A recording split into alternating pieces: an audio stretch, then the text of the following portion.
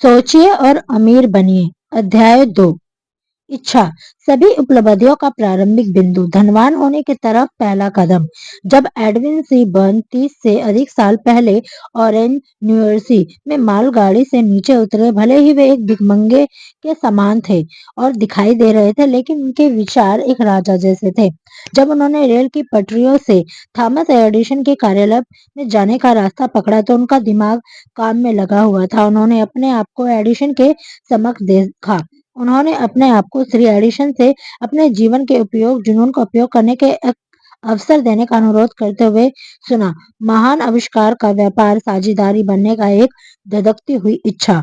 बंद की इच्छा एक उम्मीद भर नहीं थी, ये एक कामना भर नहीं थी, ये एक तीक्ष्ण धड़कती हुई इच्छा थी जो बाकी सबको पार कर देने वाली थी। और ये सुनिश्चित थी। जब उन्होंने एडिसन का दरवाजा खटखटाया तो ये इच्छा नहीं की कि बर्न पर एक लंबे समय से हावी इच्छा थी। शुरुआत में जब इच्छा पहली बार उनके दिमाग में प्रकट हुई तो हो सकता है कि तब शायद वह केवल एक इच्छा थी, लेकिन जब वे इसके साथ एडिसन के समक्ष पेश हुए तब कोई मात्र इच्छा नहीं थी। कुछ साल बाद एडिसन भी बर्न एक बार फिर एडिसन के सामने उसी कार्यालय में खड़े थे जहां उन्होंने पहली बार आविष्कारक से मुलाकात की थी। उनकी इच्छा इस बार वास्तविकता में बदल चुकी थी। वे एडिसन के साथ व्यापार में थे। उनके जीवन पर हावी होने वाला सपना एक वास्तविकता बन चुका था। आज जो लोग बर्न को जानते हैं वे जीवन में उन्हें मिले ब्रेक की वजह और उनके ईर्ष्या करते थे। वे उनकी सफलता की वजह की जांच करने की मुसीबत समझे बिना स्वयं को उनकी जीत के दिनों में देखते हैं। बर्न सफल रहे क्योंकि उन्होंने एक सुनिश्चित लक्ष्य चुना। उन्होंने अपनी सारी ऊर्जा, अपनी सारी इच्छा शक्ति, अपने सारे प्रयास, अपना सब कुछ उस लक्ष्य के पीछे लगा दिया था। वे पहले दिन से ही एडिसन के साझेदारी नहीं बन गए थे। वे सेवक के रूप में शुरू में कार्य करे सामग्री थे जब तक उन्हें अपने पोषित लक्ष्य की ओर एक कदम बढ़ाने के एक अवसर प्रदान करता। वे जिस अवसर की तलाश में थे उसके उपस्थित होने से पहले 5 साल बीत गए थे। उन सभी वर्षों के दौरान आशा की एक भी किरण नहीं थी। उनकी इच्छा की प्राप्ति उनमें एक भी वादा नहीं किया था। खुद को छोड़कर सभी को वे एडिसन के व्यापार चक्र में एक और दाते की तरह दिखाई दे रहे थे। लेकिन उनके मन में बहुत पहले उस दिन में जब वे पहली बार वहां काम करने आए थे, वे समय के हर मिनट एडिसन के साझेदारी थे। वे निश्चित इच्छा शक्ति का एक उल्लेखनीय उदाहरण है। बर्न ने अपने लक्ष्य को जीता क्योंकि वे और कुछ चाहते थे। उनकी तुलना में उनका श्री एडिसन का व्यापार साझेदारी बनने की इच्छा अधिक थी। उन्होंने एक योजना बनाई जिसके द्वारा उस उद्देश्य को प्राप्त करना चाहता था, लेकिन उन्होंने अपने पीछे के सभी पुलों को जला दिया। वे अपने इच्छा में खड़े थे जब तक कि वे अपने जीवन की एक हावी जुनून और अंत में एक तथ्य ना बन गया। जब वे ऑरेंज हुए उन्होंने खुद से यह नहीं कहा था कि मैं एडिसन को अपने लिए एक सुविधाजनक नौकरी के लिए प्रेरित करने की कोशिश करूंगा। उन्होंने कहा मैं एडिसन से मिलूंगा और उन्हें नोटिस दूंगा कि मैं उनके साथ व्यवसाय करने के लिए आया हूँ। उन्होंने ऐसा नहीं कहा मैं कुछ महीनों वहां काम करूंगा और यदि मुझे कोई प्रोत्साहन नहीं मिला तो मैं उसे छोड़ दूंगा और कहीं दूसरी जगह नौकरी ढूंढ लूंगा। उन्होंने कहा था मैं कहीं भी शुरू कर लूंगा, मैं कुछ भी करूंगा जो एडिशन मुझसे करने के लिए कहेंगे, लेकिन अंत में उनका साझेदारी बनकर ही रहूंगा। उन्होंने ऐसा नहीं कहा एडिसन के संगठन में मैं जो पाना चाहता हूँ उसमें असफल होने की स्थिति में मैं एक और अवसर के लिए अपनी आंखें खुली रखूंगा। उन्होंने कहा था कि इस दुनिया में बस एक ही चीज है जिसे पाना मैंने निर्धारित कर लिया है और थॉमस एडिसन के साथ एक व्यापार साझेदारी है। मैं अपने पीछे लौटने के सभी पुलों को जला दूंगा और अपने पूरे भविष्य को जो मैं चाहता हूँ उसे पाने की अपनी इच्छा को दांव पर लगा दूंगा। उन्होंने अपने पीछे हटने की कोई संबद्ध तरीका नहीं छोड़ा था। उन्हें जीतना या फिर नष्ट किया जाना था। सफलता की बर्न की कहानी के पीछे यही सब कुछ है। बहुत समय पहले एक महान योद्धा को एक ऐसी स्थिति का सामना करना पड़ा था जिसने उसके लिए एक निर्णय करना आवश्यक बना दिया जो युद्ध के दौरान उनकी सफलता सुनिश्चित करता और अपनी सेनाओं को एक ऐसे शक्तिशाली दुश्मन के खिलाफ भेजने के लिए जा रहा था जिससे सैनिकों की संख्या अपने से कहीं अधिक थी। उसने अपने सैनिकों को नावों पर सवार किया, दुश्मन के देश के लिए रवाना हुआ और सैनिकों और उपकरणों को उतारा। उसके बाद उन्हें लेकर आने वाले नावों को जलाने का आदेश दिया। पहली लड़ाई पहले सैनिकों को संबोधित करते हुए कहा आप नौकाओं से उठते हुए धुएं को देख रहे हैं, इसका मतलब यह है कि जब तक हम नहीं जीत जाते हम इन तटों को जीत रखने के लिए नहीं छोड़ सकते। हमारे पास कोई विकल्प नहीं है, हम या तो जीतेंगे या हम नष्ट हो जाएंगे। और वो जीत गए। हर आदमी जो किसी भी उपक्रम में जीतता है, वह जहाज़ों को जलाने के लिए तैयार हो जाता है और पीछे हटने के लिए सभी स्रोतों को काट देता है। केवल ऐसा करने से कोई मन की अवस्था को बनाए रखने के लिए बारे में सुनिश्चित हो सकता है, जिसे सफलता के लिए आवश्यक जीतने की एक जलती हुई इच्छा के रूप में माना जा सकता है। शिकागो की एक बड़ी आग जलने के बाद सुबह व्यापारियों का एक समूह अपने दुकानों पर उठते हुए धुएं को देखते हुए स्टेट स्ट्रीट पर खड़ा था और वे तय करने के लिए क्या पुनर्निर्माण करने की कोशिश करेंगे, शिकागो छोड़ देंगे और देश का एक और अधिक आशाजनक हिस्से में शुरुआत करेंगे। वे एक सम्मेलन में गए, एक को छोड़कर वे सभी शिकागो छोड़ने के निर्णय पहुंच चुके थे। वह व्यापारी जिसने वहीं रहने और पुनर्निर्माण का फैसला किया था, अपने दुकान के अवशेषों की तरफ उंगली को इशारा किया और कहा, सज्जनों, उस स्थान पर दुनिया का सबसे बड़ी दुकान का निर्माण करूंगा। मुझे कोई फर्क नहीं पड़ता कि यह कितनी बार जल जाती है। ये 50 से अधिक साल पहले हुआ था। दुकान बन गई थी और वह आज भी खड़ी है, मन की उस अवस्था की शक्ति का एक विशाल स्मारक के रूप में, जिसे एक दहकती हुई इच्छा के रूप में जाना जाता है। मार्शल फोर्ड, जो कि इसके करने के लिए आसान और वास्तविकता वही होता है जो उनके साथी व्यापारियों ने किया। जब जाना मुश्किल था और भविष्य निराशाजनक दिख रहा था, तो वे वहां से चले गए। वहां जाना आसान लग रहा था। मार्शल फील्ड और अन्य व्यापारियों के बीच में इस अंतर को अच्छी तरह से चिह्नित कर ले, क्योंकि यही एक अंतर है जो एडिसन सी बर्न को एडिशन के संगठन में काम करने वाले अन्य हजारों युवकों से अलग करता है। और यही वह अंतर है जो व्यवहारिक रूप से उन सभी को सफल होते हैं जो कि लोगों से अलग करना करते हैं और जो उनसे असफल होते हैं। हर इंसान जो पैसे के प्रयोजन को समझ की उम्र की तक पहुंचता है, उसको चाहता है। कामना धन नहीं लाएगी, बल्कि मन की एक अवस्था में धन की कामना जब तक एक जुनून बन जाएगी, तब निश्चित तरीके से योजना बनाना और धन प्राप्त करने के साधन और योजना को ऐसी दृढ़ता के समर्थन जो कि विफलता को नहीं पहचानता है, धन लाएगा। वह विधि जिसके द्वारा धन की इच्छा और विपत्ति समतुल्य में परिवर्तित किया जा सकता है, 6 निश्चित व्यवहारिक कदमों में संगठित होता है। अर्थात पहला, आप अपने मन में इच्छित पैसे की सटीक मात्रा तय करें कि आपको कितना पैसा चाहता है। मैं बहुत पैसा चाहता हूँ, केवल ये कहना पर्याप्त नहीं है। इसे राशि के रूप में निश्चित करें। निश्चितता एक मनोवैज्ञानिक कारण है जो बाद में एक अध्ययन में वर्णित किया जाएगा। दूसरा, आप इच्छित पैसे के बदले में वास्तव में क्या देने का इरादा करते हैं, उसको भी निर्धारित करें। कुछ नहीं से कुछ अच्छा जैसी कोई वास्तविकता नहीं है। तीसरा, एक निश्चित तारीख निर्धारित करें जब आप इच्छित पैसे पाने का इरादा रखते हैं। चौथा, अपनी इच्छा क्रियान्वित करने के लिए एक निश्चित योजना बनाएं और एक बार शुरू करें, चाहे आप योजना की कार्यवाही में डाल देने को तैयार हो या फिर नहीं। पांचवा, आप पैसों को जो राशि प्राप्त करना चाहते हैं उसका एक संक्षिप्त चयन, एक बयान स्पष्ट रूप से लिखे, उसके अधिग्रहण की समय सीमा का नाम दे, पैसे के बदलने के लिए आपका इरादा क्या है बताएं और उस योजना के स्पष्ट रूप से वर्णन करें जिसके माध्यम से आप इसे जमा करना चाहते हैं। छठा, आप लिखित बयान के दिन में 2 बार जोर से पढ़ें, एक बार रात में सोने से पहले, ठीक पहले, और सुबह उठने के बाद। जब आप पढ़ें तो देखें और उसे महसूस करें और अपने आप पर विश्वास करें, पैसे पहले से ही यह आपके कब्जे में महत्वपूर्ण है। है कि आप इन 6 चरणों में वर्णित निर्देशों का पालन करें। यह विशेष रूप से महत्वपूर्ण है कि आप छठे अनुच्छेद में लिखे निर्देश का निरीक्षण और अनुसरण करें। आप शिकायत कर सकते हैं कि पैसे को अपने कब्जे में देखना इससे पहले कि वे वास्तव में आपके पास हो, आपके लिए असंभव है। यही वजह है और यही जगह है जहां एक धधकती हुई इच्छा आपकी मदद करने के लिए आएगी।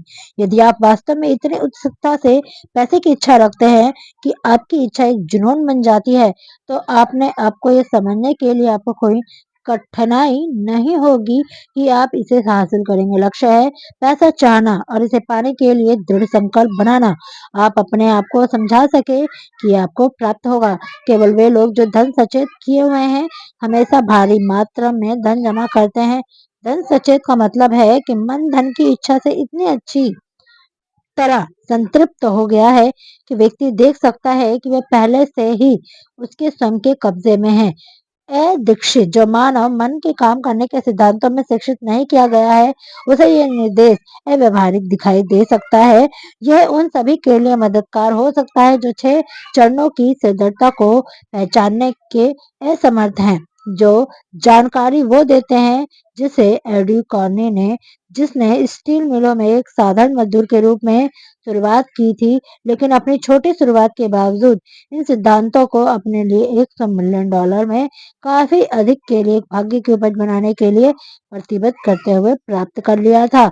आगे ये जानने में भी मदद कर सकता है कि यहाँ सिफारिश किए हुए 6 चरणों की स्वर्गीय थॉमस अल्वा एडिसन द्वारा ध्यान से छानबीन की गई है, जिन्होंने न केवल धन के संचय के लिए आवश्यक बल्कि किसी निश्चित लक्ष्य की प्राप्ति के लिए आवश्यक कदम होने के रूप में उन पर अपने अनुमोदन को मोहर लगाई है। ये कदम कठिन परिश्रम की मांग नहीं करते हैं, ये किसी बलिदान का मांग नहीं करते हैं, इसके लिए किसी को अपार और वर्षणीय बनने की आवश्यकता नहीं है।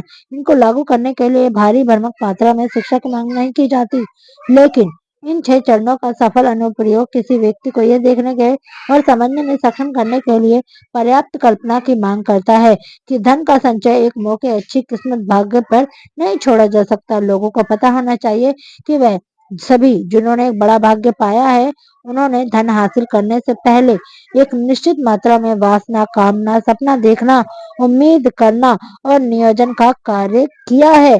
आप ठीक यहाँ जानते भी होंगे कि आपको कभी भी बड़ी मात्रा में धन प्राप्त नहीं हो सकता जब तक कि आप धन की तीव्रता इच्छा से अपने आप नहीं कर सकते और वास्तव में विश्वास नहीं कर सकते कि आप इसे प्राप्त कर सकते हैं। आप भी ये जानते ही होंगे कि सभ्यता की शुरुआत से आज तक हर महान नेता एक स्वप्नदर्शी था। ईसाई धर्म आज दुनिया में सबसे बड़ी क्षमतावान शक्ति है, क्योंकि इसमें संकल्प और स्थापना पर एक गहन स्वप्नदर्शी थी, जिसके पास वास्तविकताओं को भौतिक रूप में बदलने से पहले उन्हें मानसिक और आध्यात्मिक रूप देने की दृष्टि और कल्पना भी की थी। अगर आप अपनी कल्पना से बहुत सारे धन नहीं देखते हैं, तो आप अपने बैंक बैलेंस में उसे कभी नहीं देख पाएंगे। व्यवहारिक स्वप्नदर्शियों के लिए आज जितने महान अवसर मौजूद हैं, वैसा अमेरिका के इतिहास में पहले कभी नहीं था। 6 साल के आर्थिक पतन में सभी लोगों को काफी हद तक एक ही स्तर पर नीचे गिरा दिया था। एक नई दौड़ लगभग शुरू होने वाली थी। दाव उस विशाल किस्मत की प्रतिनिधित्व करता है जो अगले 10 वर्षों के भीतर संचित होगा।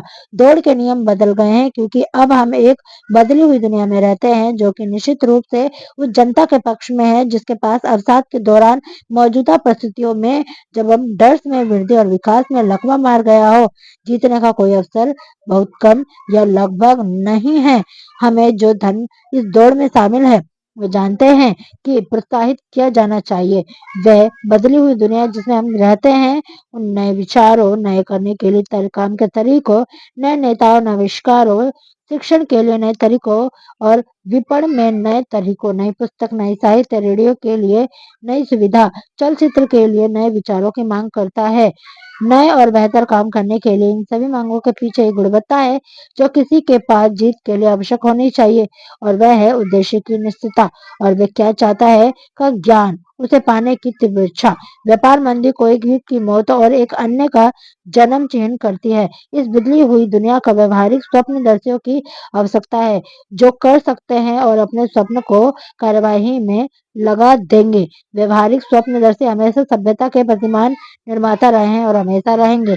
हम जिनकी धन जमा करने की इच्छा है, उनको याद रखना चाहिए कि दुनिया में असली नेता हमेशा वे लोग हैं जिन्होंने अजन्मे अवसर के अमूर्त अनदेखी शक्तियों का दोहन किया और व्यवहारिक उपयोग में लाए। उन शक्तियों का जो सोचने में आवेग और गगनचुंबी इमारतों, शहरों, कारखानों, हवाई जहाजों, ऑटोमोबाइल और सुविधा के हर ऐसे रूप में बदल दिया जो जीवन की अधिक सुविधाजनक बनाता है। सही सूरता और खुले दिमाग का होना आज के स्वप्नदर्शियों के व्यवहारिक आवश्यकता है। वे लोग जो नई अवधारणाओं से डरते हैं, वे शुरुआत करने से पहले ही बर्बाद हो जाते हैं। अग्रदूतों के लिए वर्तमान की तुलना में एक अधिक अनुकूल समय कभी नहीं आया। यह सच है कि ढकी गाड़ियों के दिनों की तरह विजय प्राप्त करने के लिए वहां कोई जंगली और भेड़िया धसाल वाला पश्चिम नहीं है, बल्कि पुनर्निर्मित और एक नए और बेहतर रास्ते पर पुनः निर्देशित किए जाने वाला एक विशाल व्यापारिक और वित्तीय और औद्योगिक दुनिया है। धन का अपना हिस्सा प्राप्त करने की योजना में किसी को भी स्वप्नदर्शी की खिल्ली उड़ाने के लिए आपको प्रभावित करने न दे। इस बदली हुई दुनिया में बड़ा दांव जीतने के लिए आपको अतीत के महान अग्रदूतों की भावना को पकड़ना होगा, जिसके सपनों में सभ्यता को वह सब कुछ दिया जो मूल्यवान है। आत्मा जो हमारे अपने देश के जीवन रक्त के रूप में कार्य करते हैं और उसमें हमारी प्रतिमा का विकास और विपणन के लिए आपका और मेरा अवसर है। हमें ये नहीं बोलना चाहिए कि कोलंबस ने एक अज्ञात दुनिया का सपना देखा। ऐसी एक दुनिया की वास्तविकता में अपना जीवन दांव पर लगा दिया और उसे पता लगा लिया। महान खगोल शास्त्री कोपरनिकस ने दुनिया की बहुलता का सपना देखा और उनका पता लगाया। उनकी विजय प्राप्त लेने के बाद किसी ने भी व्यवहारिक के रूप में उनकी निंदा नहीं की, बजाय दुनिया में उनकी कब्र की पूजा की। इस प्रकार एक बार फिर साबित हो गया कि सफलता को किसी अफसोस की आवश्यकता नहीं है। असफलता अन्यत्र उपस्थित की अनुमति नहीं देती। यदि आप जो चीज की इच्छा करते हैं वह सही है और आप उसमें विश्वास करते हैं तो आगे बढ़ें और उसे कर डालें, अपने सपने को आर पार डाल दें। और अगर आपका स्थायी हार में सामना भी हो तो कभी ये ध्यान न दे कि वे क्या कहते हैं। वे शायद नहीं जानते कि प्रत्येक असफलता के अपने साथ एक समतुल्य सफलता का बीज लाती है। गरीब और अशिक्षित हेनरी फोर्ड ने बिना घोड़ा एक गाड़ी का सपना देखा था। सहायक मौके का इंतजार किए बिना उनके पास जो भी उपकरण थे उन्हें साथ काम करने के लिए लग गए और अब उनके सपने का सबूत पूरी पृथ्वी पे कसे हुए है। उन्होंने किसी भी आदमी को जो कभी रहते थे उनमें अधिक पहियों की संचालन में डाल दिया था, क्योंकि वे अपने सपनों को मदद करने से डरते नहीं थे। थॉमस एडिसन ने एक ऐसे दीपक का सपना देखा जो बिजली के द्वारा संचालित किया जा सकता है। उन्होंने अपने सपने को कार्यरूप देने के लिए जहां वे खड़े थे वहीं से शुरुआत कर दी और 10,000 से अधिक विफलताओं के बावजूद, उन सपने के बावजूद वे एक भौतिक वास्तविकता बन जाने पर खड़े रहे। व्यवहारिक सपने देखना छोड़े नहीं। बिल ने एक सिगार स्टोर श्रृंखला का सपना देखा। उन्होंने अपने सपने को कार्यवाही में बदल दिया और अब संयुक्त सिगार स्टोर का अमेरिका के शीर्ष नुक्कड़ों पर लिंकन ने काले दासों के लिए आजादी का सपना देखा। उन्होंने अपने सपने को कार्यवाही में बदल दिया और संयुक्त उत्तर और दक्षिण को उनके सपने का हकदार में बदलते हुए जीवित रहते हुए देखने से बड़ी मुश्किल से चूके। राइट बंधुओं ने एक मशीन का सपना देखा जो कि हवा में उड़ जाएगी। अब आप अपने सबूत सारी दुनिया देख सकती है। उन्होंने सही सपना देखा था। मार्कोनी ने वायु की अमृत शक्तियों को काम लाने की एक प्रणाली का सपना देखा। उसने अपना व्यर्थ में नहीं देखा था और उसने सपना व्यर्थ में नहीं देखा था। यह साक्ष्य दुनिया के हर वायरलेस और रेडियो में पाया जाता है। इसके अलावा मार्कोनी का सपना सबसे मारोनस केबिन और साथ साथ सबसे आलीशान हवेली बनाया। इसमें पृथ्वी का हर देश के लोगों को पड़ोसी देश बना दिया। इसमें संयुक्त राज्य अमेरिका के राष्ट्रपति को एक माध्यम दे दिया जिसके द्वारा वे एक ही समय में कम समय में नोटिस पर अमेरिका के सभी लोगों से बात कर सकते थे। आपको शायद ये जानकर रुचिकर लगे कि जब उसने ये घोषणा की थी तो उसने एक सिद्धांत की खोज कर ली थी जिसके माध्यम से वे तारों की सहायता व संचार के प्रत्यक्ष भौतिक साधनों के बिना हवा के माध्यम से संदेश भेज सकता था। तो मार्कोनी के दोस्त उसे अपनी निगरानी में ले गए थे और एक मार्कोनी अस्पताल में जांच करवाई। आज के स्वप्नदर्शी बहुत ही अच्छी और स्थिति में रहते हैं। दुनिया नई चीजों की खोज की आदि है, बल्कि इसमें एक स्वप्नदर्शियों को पुरस्कृत करने की इच्छा दिखाई देती है जो दुनिया के नया विचार देते हैं। सबसे बड़ी उपलब्धि सबसे पहले और सबसे थोड़े समय के लिए सिर्फ एक सपना ही थी। बरगद का पेड़ अपने बीज में सोता है, पक्षी अंडे में इंतजार करते हैं और जागरूक देवदूत आत्मा की सर्वदृष्टि में कैद रहता है। सपने हकीकत की पौध है। दुनिया की स्वप्नदर्शी तुम जागो, खड़े हो जाओ और दृढ़ता से कहो तुम्हारा सितारा प्रभुत्व में है। दुनिया की मंदी आपके लिए अवसर लेकर आई है जिसका आप इंतजार कर रहे हैं और लोगों को विनम्रता, सहिष्णुता और उदारता सिखाई है। दुनिया अवसरों को वसाहत में भरी हुई है जो अतीत के स्वप्नदर्शियों को कभी पता ही नहीं थी। बनने और करने की एक तीव्र इच्छा शुरुआती बिंदु है जहाँ स्वप्नदर्शी को उड़ान भरनी चाहिए। अपने उदासीनता, आलस या महत्वाकांक्षा की कमी की वजह से पैदा नहीं होते। दुनिया अब सपने देखने वालों को माहौल नहीं उड़ाती है और न ही माहौल उसे व्यवहारिक कहती है। यदि आपको लगता है यह ऐसा करती है तो टेनेसी का एक दौरा कीजिए और उसकी गवाही दीजिए कि एक सपने देखने वाले राष्ट्रपति ने अमेरिका की महान जल शक्ति का उपयोग करके और काम करने में लाने की राह में क्या किया। बहुत वर्ष पहले इस तरह का एक सपना पागलपन की तरह लगता था। आप निराश हो चुके हैं, आप मंदी के दौर से हार कर गुजर चुके हैं, आपने अपने भीतर एक महान दिल को लहूलुहान होने तक कुचलता है और ये महसूस किया, सहन किया है, क्योंकि इन अनुभवों में आध्यात्मिक धातु जिसमें आप बने हैं उसे लचीला बना दिया है। वह अतुलनीय मूल्यों की संपत्ति है। ये भी याद रखें कि वे सभी लोग जो जीवन में सफल होते हैं एक बुरी शुरुआत करते हैं और पहुंचने से पहले नई शोकाकुल संघर्षों से होकर गुजरते हैं। सफल लोगों के जीवन में महत्वपूर्ण मोड़ आम तौर पर कुछ संकट के क्षणों में आते हैं, जिसके माध्यम में वे अपने अन्य स्वयं को परिचित होते हैं। जॉन बनयान का धन के विषय पर अपने विचारों के कारण जेल में डाल दिया गया था और कष्टदायी रूप में दंडित किया था, जिसके बाद उन्होंने तीर्थयात्रा की प्रगति लिखी, जो बेहतरीन अंग्रेजी साहित्य में से एक है। ओ हेनरी को ओहियो कोलंबस में एक जेल की कोठरी में कैद कर लिया गया और एक बड़े दुर्भाग्य को सहने के बाद ही उसने एक प्रतिभा की खोज की जो कि मस्तिष्क के भीतर सोई हुई थी। दुर्भाग्य से मजबूर होकर अपने अन्य स्वयं से परिचित होकर अपनी कल्पना का प्रयोग करते हुए उसने एक दुखी अपराधी और निर्वासित होने की बजाय एक महान लेखक के रूप में अपनी खोज की। जीवन के तरीके अजीब और विविध हैं और अनंत बुद्धिमत्ता के तरीकों को अब तक बहुत अजीब है, जिसमें से कभी कभी व्यक्ति की कल्पना के माध्यम से उपयोगी विचार पैदा करने के लिए अपने स्वयं के दिमाग और अपनी स्वयं की क्षमता की खोज से पहले सभी प्रकार की सजाओं से गुजरने के लिए मजबूर होना पड़ता है। एडिसन दुनिया का सबसे बड़ा आविष्कार और वैज्ञानिक और एक बहुत ही ज्यादा आवारा टेलीग्राम ऑपरेटर था। आखिरकार अपने मस्तिष्क के भीतर सो ही प्रतिमा की खोज करने के लिए प्रेरित करने से पहले वो अनगिनत बार विफल रहा था। चार्ल्स डिकेंस के पालिश हुए बर्तनों पर लेबल चिपकाने की शुरुआत की थी, जिससे पहले प्रेस की त्रासदी ने उसकी आत्मा को गहरे तक भेद दिया था और सही मायने में उसे दुनिया के महान लेखकों में बदल दिया।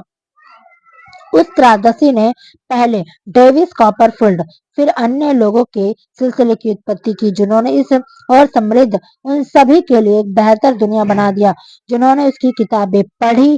प्रेम संबंधों को लेकर निराशा में आमतौर पर पुरुषों को पीने के लिए प्रेरित करने वाली महिलाओं को बर्बाद करने का प्रभाव होता है। यह इसलिए क्योंकि ज्यादातर लोग अपनी मजबूत भावना को एक रचनात्मक प्राकृतिक के सपनों में परिवर्तित करने की कला कभी नहीं सीखते हैं।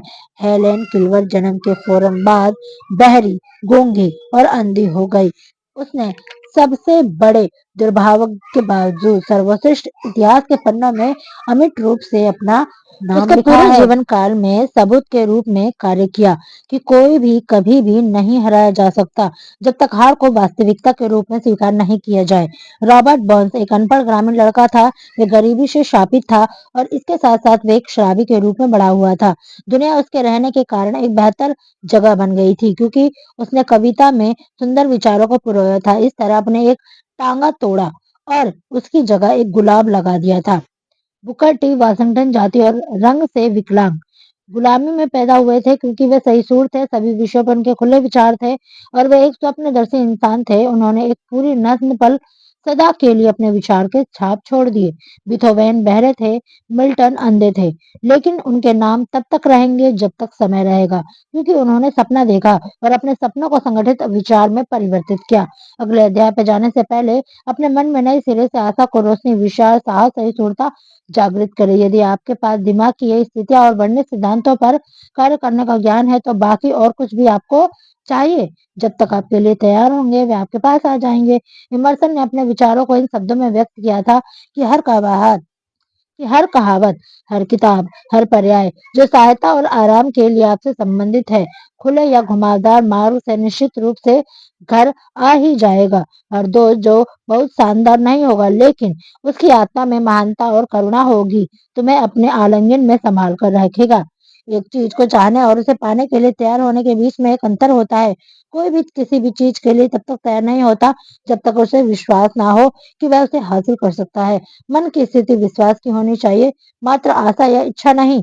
ग्रहणशील विश्वास के लिए आवश्यक है। बंद दिमाग आशा, साहस और विश्वास को प्रेरित नहीं करता। याद रखें, दुख और गरीबी को स्वीकार करने के लिए आवश्यक प्रयासों की तुलना में बहुतायत और समृद्धि की मांग करने के लिए जीवन में उच्च लक्ष्य के लिए कोई अधिक प्रयास करने की आवश्यकता नहीं होती। एक महान कवि ने इन संभवों की सत्य को सही ढंग से इन लाइनों में माध्यम से कहा है। मैंने जीवन में एक पैसे के लिए सौदेबाजी की और जीवन में कुछ भी अधिक भुगतान नहीं किया।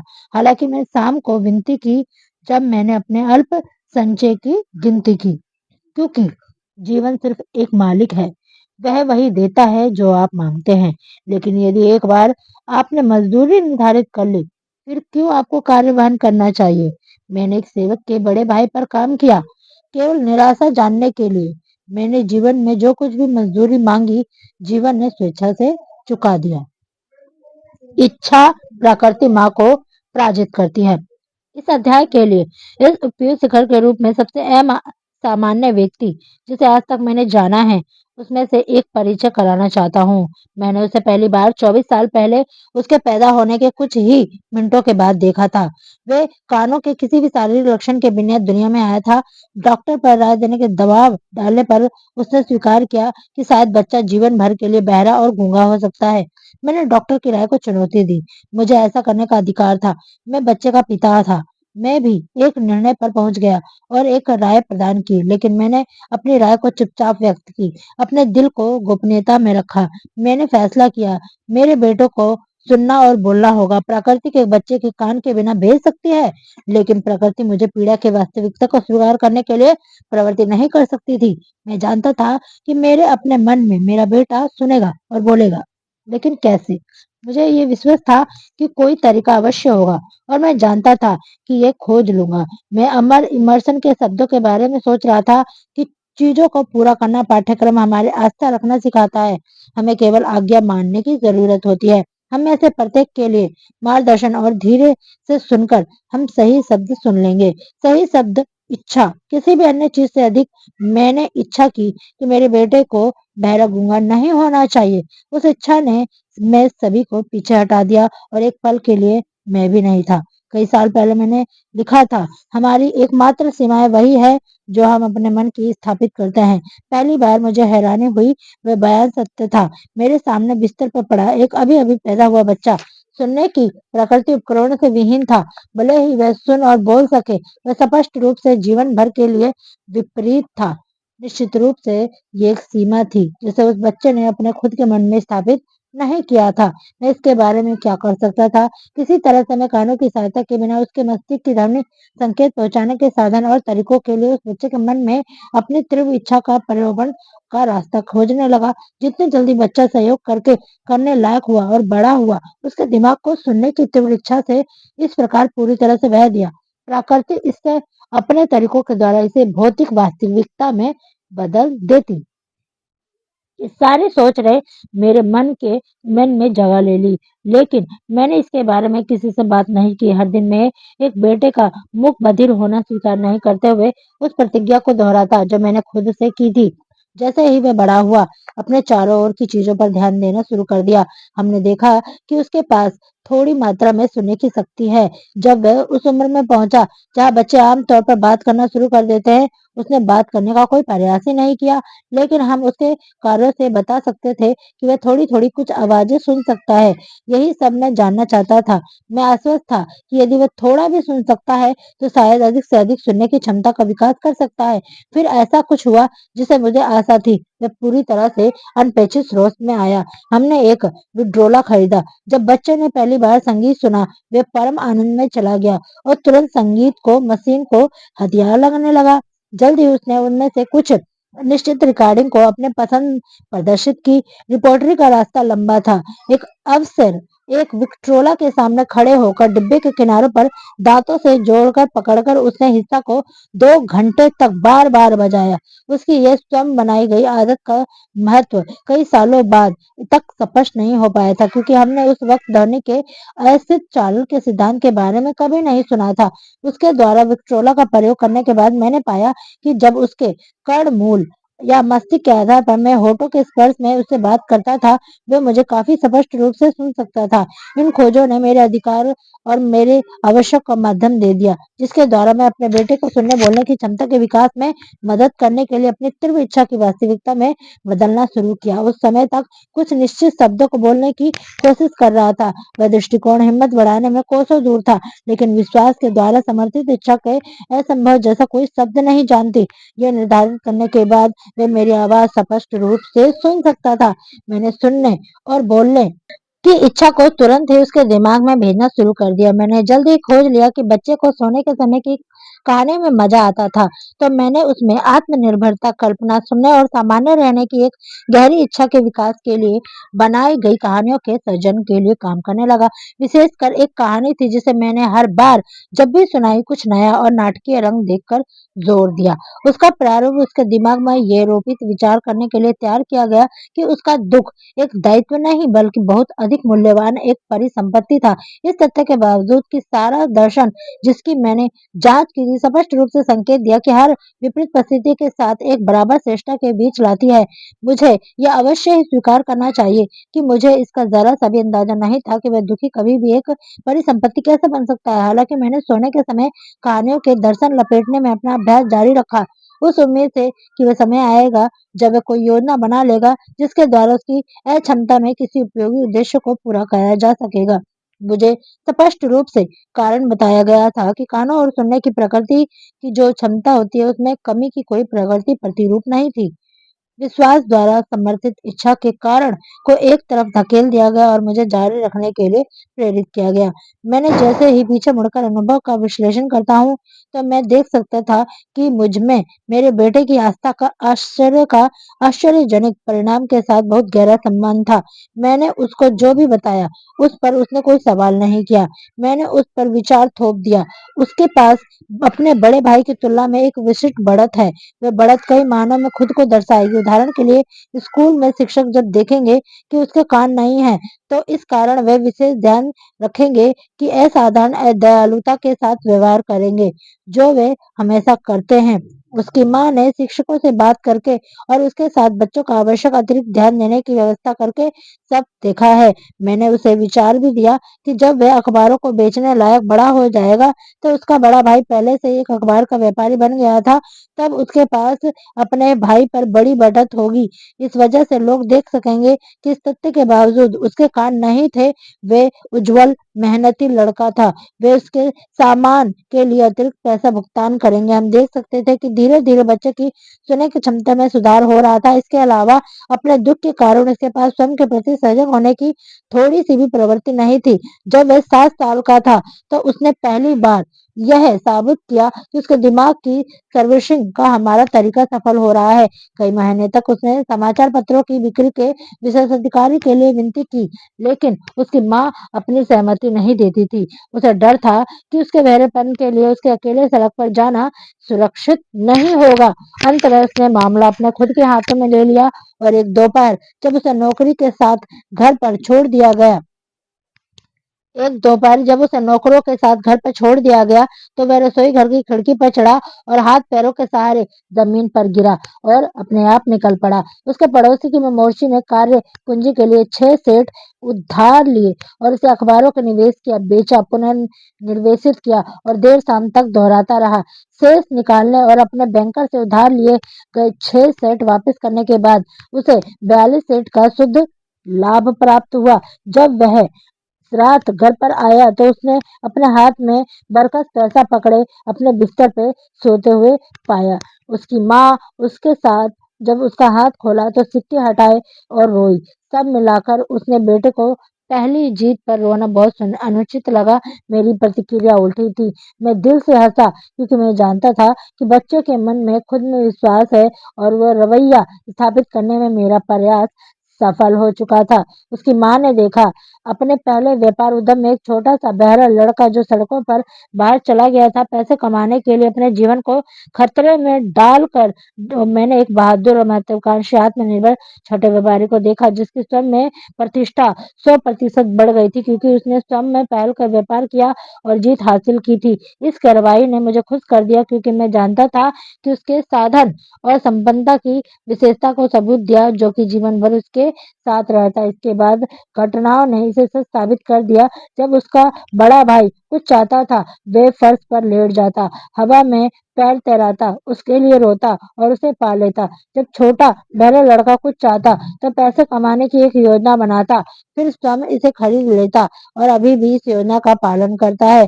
सच में मेरे बेटे अपने बेटे में मुझे ये को सिखाया आरंभ कि वह प्रयासों क्षमता में परिवर्तित किया जा सकता है, जिस पर वे कुछ योग्य लक्ष्य की ओर चढ़ाई कर सकते हैं, जब तक वे बाधाओं के रूप में स्वीकार नहीं किए जाते और बहानों के रूप में उपयोग नहीं किए जाते। छोटा बहरा लड़का सिवा उसके पास से जोर से चिल्लाने के अपने शिक्षकों को सुन पाने में सक्षम हुए बिना कक्षाओं, उच्च विद्यालयों और कॉलेज से गुजरा। वे बच्चों के स्कूल नहीं गया। हम उसे संकेत भाषा सिखाने की अनुमति नहीं देते थे। हम दृढ़ थे कि वे सामान्य जीवन जिए और सामान्य बच्चों के साथ मिले और हम उस निर्णय का समर्थन करते रहे। हालांकि स्कूल अधिकारियों के साथ हमें कई गर्म बहसों की कीमत चुकानी पड़ी। जब वह हाई स्कूल में था, उसने एक विद्युतीय श्रवण सहायता यंत्र प्रयोग करने की कोशिश की, लेकिन यह उसके किसी काम का नहीं था। जो हम विश्वास करते थे कि एक स्थिति के कारण था, जिसका खुलासा डॉक्टर जे गार्डन विल्सन ने किया था। जब बच्चा 6 साल का था और उन्होंने बच्चे के सिर पर एक तरफ ऑपरेशन किया, तो पाया कि प्राकृतिक सुनवाई के उपकरण का कोई संकेत नहीं था। कॉलेज में अंतिम सप्ताह के दौरान ऑपरेशन के 8 साल बाद कुछ हुआ जो उसके जीवन का सबसे महत्वपूर्ण मोड़ बना। मात्र एक मौका प्रतीत होने वाली चीज के माध्यम से उसने एक अन्य विद्युतीय श्रवण सहायता यंत्र हासिल किया, जो उसके पास परीक्षण के तौर पर भेजा गया था। इसी तरह के एक उपकरण के साथ आपकी निराशा के कारण वह इससे परीक्षण के बारे में सोचता। अंत में उसने यंत्र उठाया और लगभग लापरवाही से अपने सिर पर रखा, बैटरी जोड़ी और देखो, जादू एक ही झटके में मानो सामान्य सुनने की उसकी आजीवन की इच्छा एक वास्तविकता में बदल गई। अपने जीवन में पहली बार उसने व्यवहारिक रूप से सामान्य सुनने वाले किसी व्यक्ति के रूप में सुना। ईश्वर अपने चमत्कारों का प्रदर्शन करने रहस्यमय तरीकों से चला आता है। उस बदली हुई दुनिया के कारण अत्यंत खुश होकर, जो उसने स्वर्ण यंत्र के माध्यम से उसके पास लाई गई थी, वह टेलीफोन की तरफ दौड़ा, माँ को फोन किया और अच्छी तरह से उनकी आवाज सुनी। अगले दिन उसने अपने जीवन में पहली बार कक्षा में स्पष्ट रूप से अपने प्रोफेसरों की आवाज सुनी।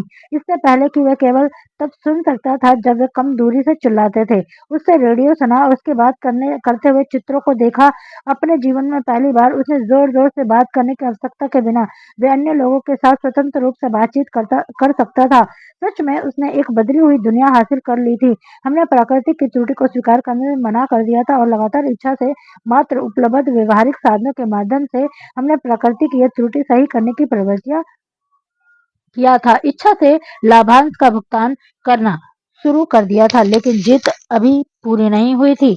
लड़के को अभी भी अपनी अक्षमता का एक बराबर गुण के परिवर्तन के साथ एक निश्चित व्यवहारिक तरीका खोजना था। शायद ही पहले से ही ये प्राप्त हो चुकी चीज के महत्व का एहसास करके, लेकिन अपनी नई चीज आवाज की दुनिया की खुशी के नशे में धुत हो उत्साह से अपने अनुभव का वर्णन करते हुए उसने स्वर्ण यंत्र के निर्माता को एक पत्र लिखा। उसने पत्र में किसी बात ने जो शायद पंक्तियों में नहीं लिखी थी, पर उसके पीछे छिपी हुई कंपनी के उस न्यूयॉर्क आमंत्रण को विवश कर दिया था।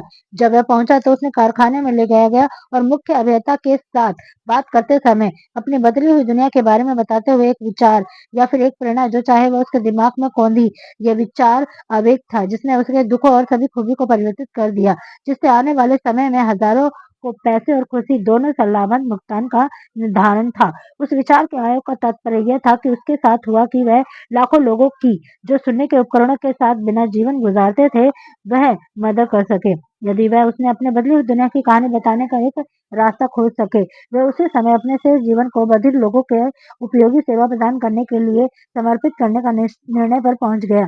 पूरे 1 महीने तक उसने गहन अनुसंधान किया, जिसके दौरान उसने स्वर्ण यंत्र निर्माता की पूरी विपणन प्रणाली की विश्लेषण किया और अपनी नई खोज की बदली हुई दुनिया को पूरी दुनिया के स्वर्ण बाधितों के साथ साझा करने के प्रयोजन से उन लोगों के साथ संवाद स्थापित करने के तरीकों और साधन बनाए।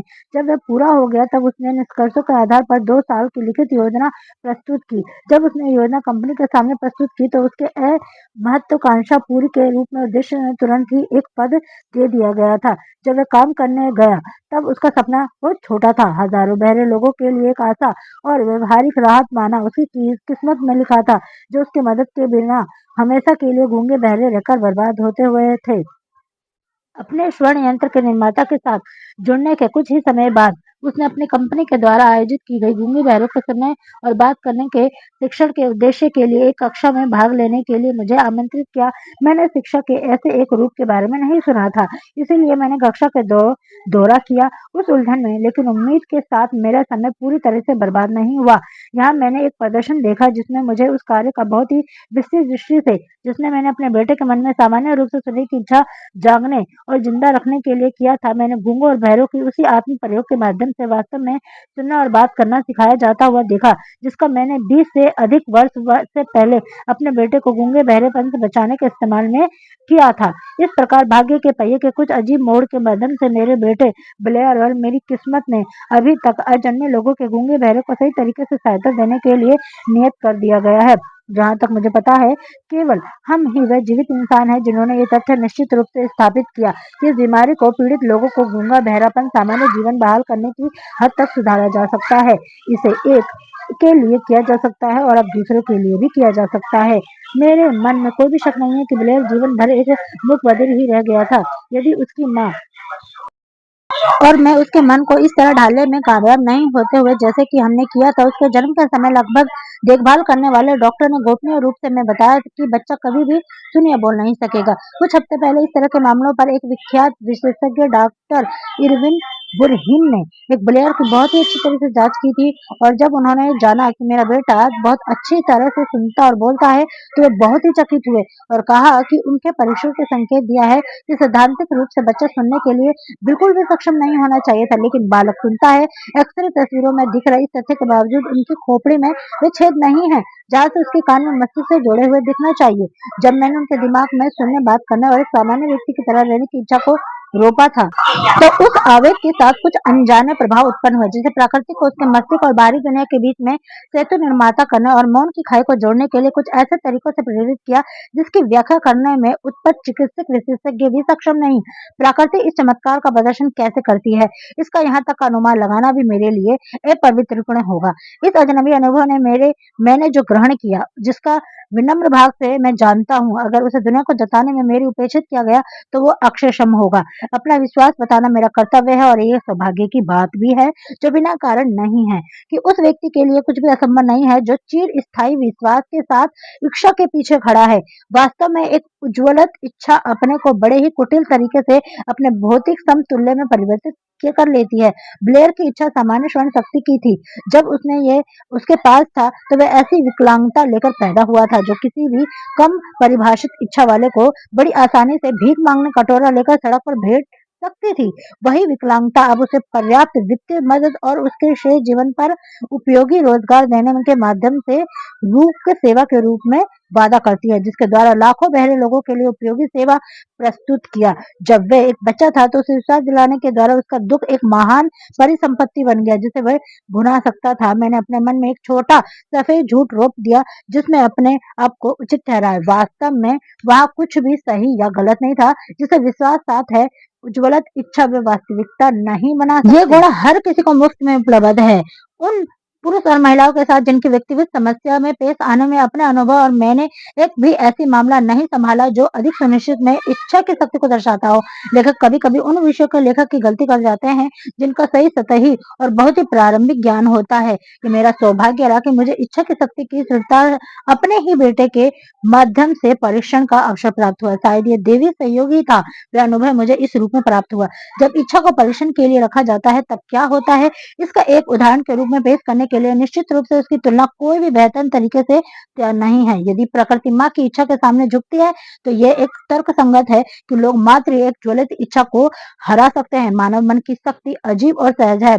हम उस पद्धति को समझ नहीं पाते जिसके द्वारा अपनी पहुंच के भीतर परिस्थिति और हर व्यक्ति के हर भौतिक वस्तु का प्रयोग इच्छा और अपनी भौतिक सामग्री बदलने के लिए एक साधन के रूप में करती है। शायद विज्ञान भविष्य में इस रहस्य को उजागर करेगा। मैंने अपने बेटे के मन में उसी तरह से सुनने और बात करने की इच्छा को रोपा जैसे कोई भी सामान्य व्यक्ति सुनता है, बोलता है। वह इच्छा अब तक वास्तविक रूप में बदल चुकी है। मैंने अपने दिमाग में उसकी सबसे बड़ी बाधा को सबसे बड़ी संपत्ति में परिवर्तन करने की इच्छा बोई। वह इच्छा पूर्वमान हो गई। काम करने के ढंग जिसके द्वारा अद्भुत परिणाम प्राप्त किया गया, वर्णन करना मुश्किल नहीं है। इससे 3 बहुत ही स्पष्ट तथ्य शामिल है। पहला, मैंने सामान्य श्रवण क्षमता की इच्छा के साथ अवस्था की मिश्रित किया, जिसमें मैंने अपने बेटे को दे दिया। दूसरा, उपलब्ध हर एक कल्पनीय तरीके से लगातार सतत प्रयास के माध्यम से वर्षों की अवधि में अपनी इच्छा उसे भेजी। तीसरा, उसने मुझ पर विश्वास किया। जैसे ही ये अध्याय पूरा होने जा रहा है, मैडम सुमान हैंक की मौत की खबर आई थी। समाचार प्रदर्शन में एक छोटा सा अनुच्छेद एक सामान्य असामान्य महिला की एक गायिका के रूप में शानदार सफलता का संकेत देता है। मैंने अनुच्छेद को उद्धत किया क्योंकि उसमें जो संकेत निहित है वह इच्छा के अलावा अन्य कुछ भी नहीं है। अपने शुरुआती करियर में मैडम सुमान हैक ने वियना कोर्ट ओपेरा के निर्देशक में उनके द्वारा अपनी आवाज का परीक्षण कराने के मुकाबला किया, लेकिन उनके परीक्षण नहीं दिया। भद्दे और खराब कपड़े पहने लड़की को एक नजर डालने के बाद उन्हें कहा गया कि बहुत धीरे से नहीं, इस तरीके के चेहरे के साथ बिल्कुल भी नहीं। किसी व्यक्तित्व के आरोपों में सफल में आप कभी भी उम्मीद कैसे कर सकती हैं? मेरे अच्छे बच्चे, ये विचार छोड़ दो, एक सिलाई मशीन खरीदो और काम पर जाओ। आप कभी एक गायक नहीं बन सकती हैं। ये कभी नवीन एक लंबा समय है। वियना कोर्ट ओपेरा के निर्देशक गायक की तकनीक के बारे में ज्यादा जानते थे, इच्छा की शक्ति के बारे में और एक जुनून अनुपात में मान लिया गया। वे कम ही जानते थे। यदि उस शक्ति के बारे में अधिक जानते तो उन्होंने एक अवसर दिए बिना प्रतिभा की निंदा करने की गलती नहीं की होती। कई साल पहले एक व्यापार सहयोगी बीमार हो गए थे। समय बीतने के साथ उनकी स्थिति और भी ज्यादा बदतर हो गई। अंत में एक ऑपरेशन के बाद अस्पताल में ले जाया गया और ऑपरेटर के रूप में ले जाने के बाद ठीक मैंने उन्हें देखा और आश्चर्य में पड़ गया कि कोई उनकी उनकी तरह दुबला और तीक्ष्ण व्यक्ति संभव एक ऑपरेशन में एक सफलतापूर्वक कैसे गुजर सकता है। चिकित्सा ने मुझे चेतावनी दी कि उसे फिर से जीवित देखने का कोई भी मौका बहुत कम है, लेकिन वह डॉक्टर की राय थी, ये रोगी की राय नहीं थी। उसे स्टेज पर ले गया और ठीक पहले ही अस्पष्टता में सुस्ताया था, चीफ आप ऑपरेशन मत करो, मैं कुछ दिनों से यहाँ पर बाहर आ जाऊंगा। पास में मौजूद नर्स ने मुझे दया के साथ देखा, लेकिन मरीज सुरक्षित रूप से बाहर आ गया। ये सब खत्म हो जाने पर उसके चिकित्सक का कुछ नहीं बल्कि उनकी खुद की इच्छा से उसे जिंदा बचाया गया है। वह जीत नहीं बचा। यदि उसकी मृत्यु की संभावना को स्वीकार करने से मना कर दिया होता। मैं विश्वास के द्वारा समर्थित इच्छा की शक्ति में विश्वास करता हूँ, क्योंकि मैंने इस शक्ति को बहुत नीचे स्तर से शुरुआत करने वाले लोगों की सत्ता और धन के शिखरों पर पहुंचते हुए देखा है। मैंने इसे वित्तग्रस्त लोगों के दबा हुआ खजाना लूटते हुए भी देखा है। मैंने इसे सैकड़ों अलग अलग तरीकों से पराजित हुए लोगों के लिए वापसी मंचन के माध्यम से रूप सेवा देखा है। मैंने इसे प्रकृति के द्वारा काम के बिना दुनिया में भेजे हुए बावजूद अपने ही बेटे को एक सामान्य और सुखी सफल जीवन प्रदान करते हुए देखा है। एक व्यक्ति इच्छा की शक्ति दोहना और उपयोग कैसे कर सकता है, इसका किताब के इसके बाद अध्ययन के माध्यम से जवाब दिया गया है। अमेरिका के ज्ञान इतिहास में अब तक के सबसे लंबे समय तक रहने वाले और शायद सबसे अधिक विनाशकारी मंदी के अंत में दुनिया का यह संदेश पारित हो जा रहा है कि अनुमान करना उचित है कि यह संदेश कई लोगों के ध्यान में आ सकता है। जो लोग मंदी से मार से घायल हुए हैं, वे लोग जिन्होंने अपना भविष्य गवा दिया, दूसरे अन्य लोगों जिन्होंने अपने पदों को खो दिया, बड़ी संख्या में वे लोग अपने योजनाओं पर निर्माण और अपने वापसी मंच के लिए चाहिए। इन सभी को यह सोच प्रोफेसर करना चाहिए कि सभी उपलब्धियां उनकी प्रकृति या उनके उद्देश्य कुछ भी हो सकता है। कुछ निश्चित वस्तुओं को तीव्र ज्वलंत इच्छा के साथ शुरू होनी चाहिए। मानसिक रासायनिक शास्त्र के कुछ अज्ञान शक्तिशाली सिद्धांतों के माध्यम से, जिनका उसने कभी खुलासा नहीं किया था, प्रकृति वह कुछ मजबूत इच्छा के आयोग में लपेटती है जो असंभव है जैसे कि शब्द में नहीं पहचानती है और विफलता जैसे कि किसी वास्तविकता को स्वीकार नहीं कर सकती है। दोस्तों, वीडियो अच्छी लगी तो लाइक कीजिएगा, चैनल को सब्सक्राइब जरूर कीजिएगा।